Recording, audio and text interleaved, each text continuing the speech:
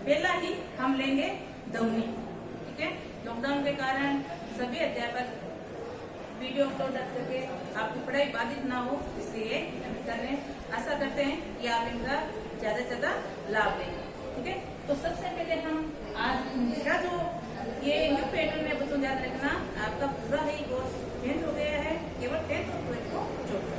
तो ये new pattern के अनुसार चल रहे हैं हम। तो पहला पार्ट है 8वीं में, वो है दौनी, और इसके लेखक हैं सूर्यकांत त्रिपाठी निराला जी। ठीक है, तो सबसे पहले हम निराला जी का परिचय देखते हैं, फिर हम इसकी कविता पढ़ेंगे दौनी, और मैं उसको आपको भावार्थ बताऊंगी और उसके बाद में क्वेश्चन करूंगी। ठीक है, करते हैं। सबसे पहले हम निराला जी की परिचय देखते हैं। तो निराला जी को जन्म देखेंगे हम सबसे पहले। तो निराला जी का जन्म होता है 1896 ईस्वी के अंदर। जन्म में मतभेद भी बताया गया है, कुछ इतिहासकारों का जन्म बताया हुआ है निराला जी का 1896 ईस्वी में, लेकिन इसकी एक दिल्ली नाम की कहानी की लिखी हुई है इसकी पुस्तक, उसके अंदर इनका जन्मदिन 1899 बताया हुआ है। तो आप ध्यान में रखना, कहीं कहीं 1896 दिया मिलेगा और कहीं 1899 ईस्वी के अंदर। और ये इनका जन्म होता कहाँ है? बंगाल के अंदर। ये स्थान हो गया जन्म स्थान बंगाल में मेदिनीपुर जिले के अंदर इनका जन्म होता है। ठीक है, और इनके पिता का नाम अगर हम देखें तो राम से आए त्रिपाठी।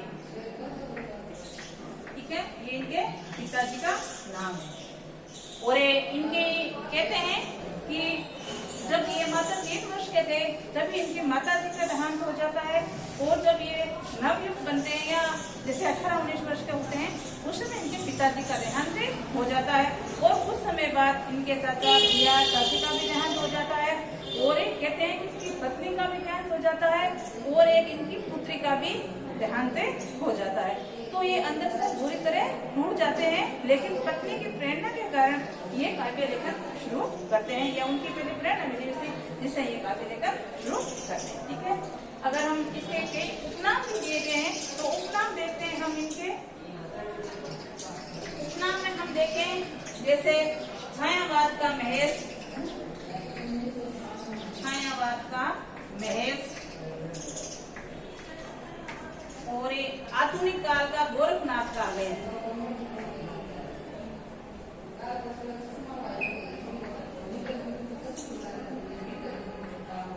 आधुनिक काल का गोरखनाथ,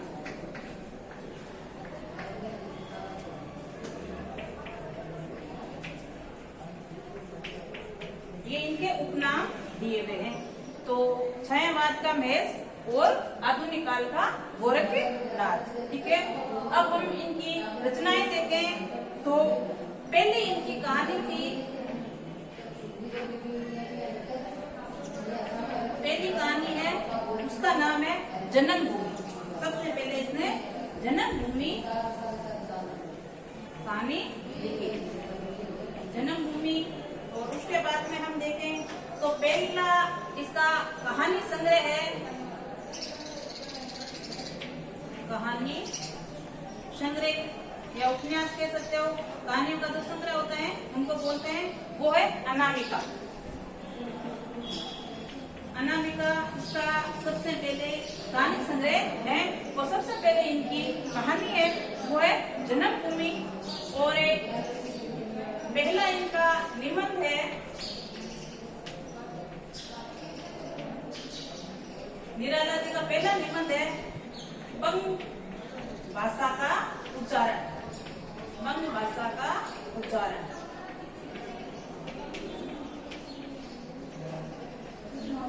और निराला जी की कई कहानियां हैं, जैसे लिली है, सखी है, श्रीमती गजानन देवी है, वो इनका एक प्रसिद्ध नाटक है शकुंतला, मुख्य नाटक।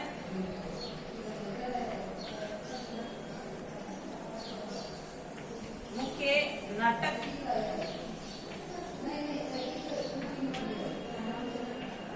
शकुंतला, ये इनका प्रसिद्ध नाटक है।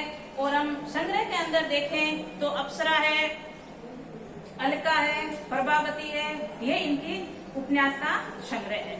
और इनकी जो निधन है वो इनका मृत्यु या निधन बोल सकते हो, इनका निधन होता है 15 अक्टूबर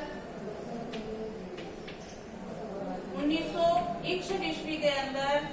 होता कहाँ है? इलाहाबाद, जो कि वर्तमान में प्रयागराज के नाम से हम जानते हैं। ठीक है, तो ये था हमारे निराला जी का परिचय। जो हमने देखा निराला जी के परिचय में हमने इनका जन्म देखा। निराला जी का जन्म 1896 ईस्वी में, काफी इतिहासकारों का मतभेद है इसमें जन्मदिन में। 1896 बताते हैं और इन्हीं की एक पुस्तक है दिल्ली, जिसमें इनका जन्म 1899 में बताया गया है। तो आप इस चीज का ध्यान रखना। और इनके पिता का नाम राम से आया था और इसके कई उपनाम भी है। छायावाद का महेश, आधुनिक काल का गोरखनाथ। ठीक है, इसकी सबसे पहले जो कहानी है वो है जन्मभूमि, और पहला कहानियों का संग्रह है वो है अनामिका, और पहला इनका निबंध है वो है बंग भाषा का उच्चारण। और इनकी कई कहानियां भी है, जैसे सती है, लिल्ली है, श्रीमती गजानन देवी है, और इनका एक प्रमुख नाटक है शकुंतला। और इनके संग्रह में है अलका है, अप्सरा है, प्रभावती है। और इनका हम मृत्यु देखें या निधन देखें तो 15 अक्टूबर 1961 ईस्वी के अंदर इलाहाबाद में होता है। इलाहाबाद का अभी नाम वर्तमान में प्रयागराज। ठीक है, तो ये रहा इनका जीवन परिचय। अब हम देखते हैं जो आपकी कक्षा 8 में दी हुई है, पहले पाठ के अंदर ध्वनि इसकी कविता है, उसका हम आज से भाव उच्चारण करते हैं। कविता शुरू, ध्यानपूर्वक सुनना। कविता है निराला जी की पहली, अभिनय होगा मेरा अंत।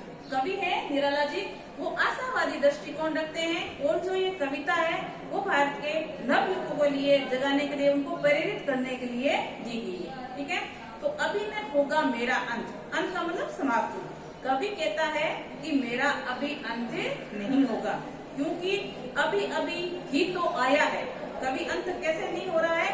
क्योंकि कवि कहता है कि अभी अभी तो मेरे मन में मृदल बसंत, मृदल को मतलब कोमल, बसंत मतलब ऋतु। बसंत एक ऐसी ऋतु है जब आती है तो प्रत्येक पेड़ पत्ते पर हरी हरी कोमल डालियां आ जाती है। तो बसंत ऋतु के समय प्रत्येक मौसम खुशहाना हो जाता है और जो पेड़ है वो नए पत्ते धारण करते हैं। तो कवि कहता है कि मेरा अभी अंत नहीं होगा, क्योंकि आशावादी दृष्टिकोण रखता है और कहता है कि अभी तो मेरे जीवन में नया संचार हुआ है, नई उमंग, नई आशा का संचार हुआ है, इसलिए मैं समाज के लिए कुछ करना चाहता हूँ, इसलिए अभी मेरा अंत नहीं होगा।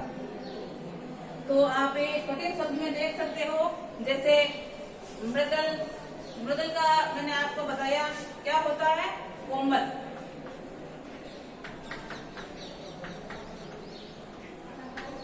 ठीक है, मृदुल का कोमल हो गया। और आगे हम देखें अंत, अंत का मतलब समाप्ति,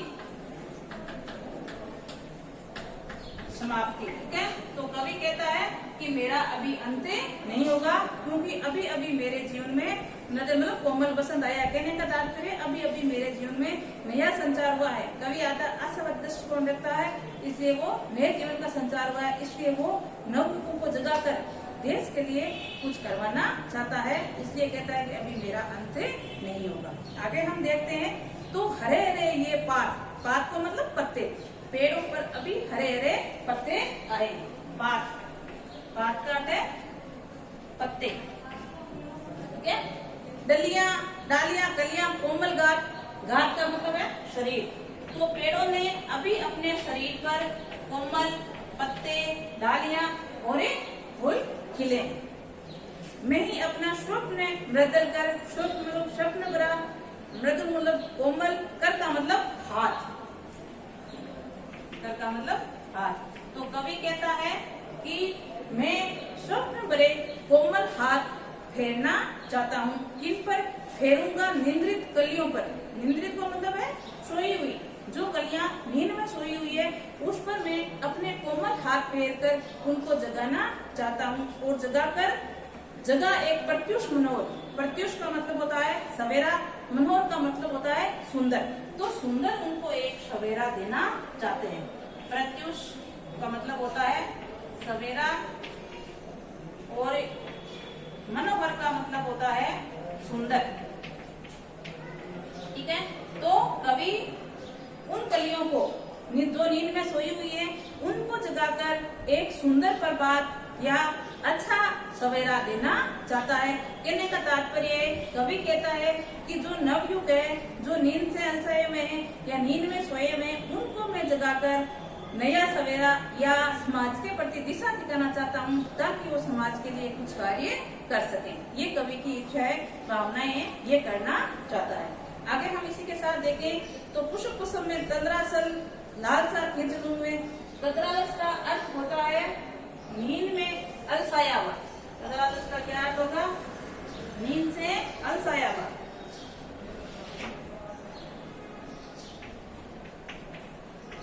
तंद्रालस का अर्थ है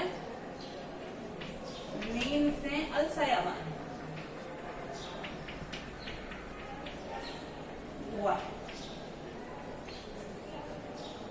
लालसा,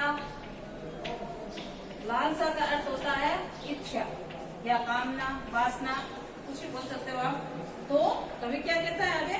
पुष्प मतलब फूल पर, फूल से तंद्रालस, जो फूल है आलस्य से भरे हुए, नींद से भरे हुए, उसकी नींद को मैं समाप्त करना चाहता हूँ, खींचना चाहता हूँ। अपने नव जीवन का, अपने पूरे जीवन का अमृत से सींच लूंगा। उन कलियों को जगाने के लिए, उन जो नींद में सोई हुई है, उनको नींद से हटाने के लिए अपने संपूर्ण जीवन को उस पर से सींचना चाहता हूँ, या अपने जीवन का अमृत उस पर सींचना चाहता हूँ। इन पर जो प्रत्येक पुष्प के अंदर जो तंद्रालस मतलब नींद से अलसाए हुए हैं, उनको जगाने के लिए कवि अपना संपूर्ण जीवन उस पर न्यौछावर करना चाहता है। यहाँ हम नवयुग को ले सकते हैं, जो भारत के नवयुग है, जो नींद से अलसाए हुए या समाज के प्रति जागरूक नहीं है। कवि कहता है कि मैं उनको आलस्य से दूर करके या उनका आलस्य हटाकर, उसकी नींद से उनको हटाकर, जगाकर, अपने संपूर्ण जीवन संघर्ष के साथ उनको लगाकर समाज में कुछ ऐसा कार्य कर सके, उसके लिए प्रेरित करना चाहता है।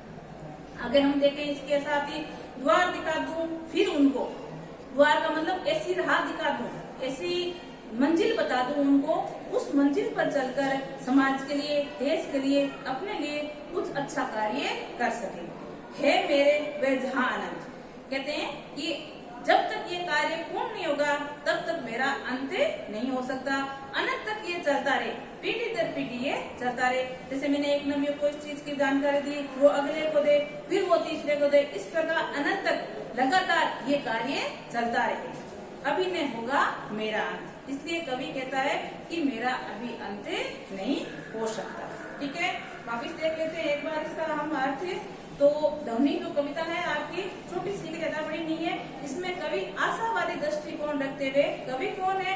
सूर्यकांत त्रिपाठी निराला जी। तो निराला जी क्या कहते हैं? आशावादी दृष्टिकोण रखते हैं और भारत के जो नवयुग है, भारत के जो नव पीढ़ी है, उसको जो नींद में है उनको नींद से जगाकर देश के लिए, समाज के लिए, अपने लिए कुछ ऐसा कार्य कर सके, कुछ परोपकारी का कार्य कर सके, इसलिए अपना संपूर्ण जीवन लगाकर कवि उनको जगाना चाहता है। ठीक है, अभी नहीं होगा मेरा अंत, कवि कहता है कि मेरा अभी अंत नहीं होगा, अभी अभी ही तो आया है मेरे मन में मृदल वसंत। कवि कहता है कभी अभी तो मेरे जीवन में नया उस आशा का संचार हुआ है, मतलब नया बसंत है। जैसे बसंत आने पर पेड़ पौधे अपने नए कोमल पत्ते धारण करते हैं, नए आशा, नए उमंग होता है, उसी प्रकार कवि के जीवन में भी नई आशा और नए उमंग का सवेरा हुआ है।